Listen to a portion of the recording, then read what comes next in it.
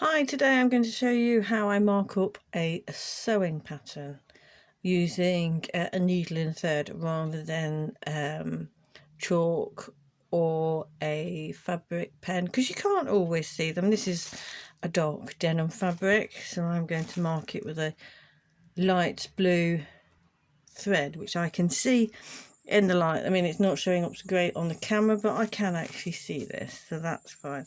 So what I do, because I overlock, so quite often where you have the triangles on the pattern, people will cut up and out. You overlock, you're just going to take that straight off. So to mark that on the pattern, you can use a needle and thread. So put your pattern in place on the fabric you've cut out. So to mark those triangles, which are on this part of the pattern, I am going to go in there at the top of the triangle, you can see that, and out, so out the back of the fabric with the needle, and then I'm going to come back through where the other triangle is and pull my thread through. So I've got a reasonable tail, so that is the tail. No knots or anything, because you're going to pull these out when you finish sewing. So that's the tail, and then I'm just going to cut there. Just put that there. So you have, right, I've marked it. I can see that here. You probably can't see that on the camera very well, but it's just there. And if the camera will pick that up very well. It's just there, and I can see that. So then I just pull the pattern away, and my marker stays in place. So that's how I mark up those. And we've got various marks up here for where the patch pockets, because this has patch pockets, so we have marks where the patch pockets are going to sit. So we need to mark those. We do them exactly in the same way. So work to the size that I've got. So the size thing I have there. So I know it's a circle, but you can just do it there. For one start there, get the pattern there, straight through there, through the fabric, out the other side, and then pull it through, leaving a tail as I've just done. And then when you pull your pattern off, as long as you're careful, the mark will stay there. Okay, so there you go. Same over here. For this one, make sure my pattern's all in the right place. And there's my next one. So if I do it in a straight line, remember I do all the circles in a straight line. As long as you remember that you're doing them all in the same way. So all circles are across the fabric. So when you put your patch pocket on, the circle is across the fabric. And you mark them like that. Oops, pulled off my needle, but it doesn't matter because it's gone through the fabric. And I've got my tail end. Just cut it off, and then you can remove the fabric. Okay, and I've got mark there, mark there, mark there. Okay. And that's my way of marking fabric without using a pen or chalk, because that can rub off. The chalk certainly can rub off. On this one we've got stitching for, this is actually going to be a fake zip, it's not going to be a real zip, but we still have to do some markings. So straightly across the centre of my circle on this one, put it in again and out the other side, and that's, you've got one more mark left on that. I've got a triangle to do just below it there, look. So make sure my pattern stays in the right place and just mark that. So it's a single triangle. The double ones you can go from point to point.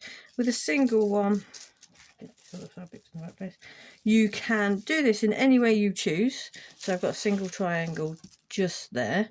So what I'm going to do in this occasion for all my single triangles, I'm going to get the point and I'm going to go through the fabric and pattern again, and I'm just going away from the triangle.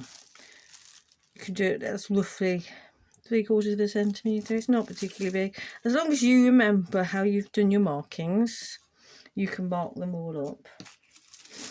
So that's the markings on that part of the pattern done. I do have pockets where they do have a large fold over. As you can see, they're going to be folded over at this point here, like that. So how I would mark that is I would actually start my needle, so I've got a line on either side of the fabric, so I can see where my fold line is going to be, and then I would fold it and then take the thread out. You can easily remove these threads. Try not to use a very bold colour, because if you do accidentally just sew over it, you can't necessarily pull it out. So I'm using a very similar colour to what I'm using. As long as I can see it, I'm happy with the colour I've chosen. You can remove the threads at any time once you're happy with the position of the fabric. So here again, I mean, in this case, it is just to confirm the fold line. So once you've ironed it, just pull your threads out and then it's ready to go. Or you can do it afterwards, because you're not actually sewing over this point. So that marks the fold line there. And one over this side. That's where the big hem is. And also you've got to remember is the size of your seam, so where you put your threads as well, again in case you sew over them. But it is fairly easy, slightly more time consuming than using a pen, but as you can see, there you go, that's marked and ready, so I know where the fold is, so I can iron there. Pull that one out a little bit, there we go. Oh. Yeah. As you can see, that one sticks out there. And so then when I get my iron out, I've got two bits that stick up just where I want them to be. So then I can iron on that line and I'm set. Just pull out my threads, because this is, each piece on this pattern has a different hem size, and the pocket doesn't say, but hopefully that will be in the pattern when I get around to reading it. So okay. There you have a simple way of marking up a pattern without using thread. I mean, you can't see it, but there you go, there you go, just there.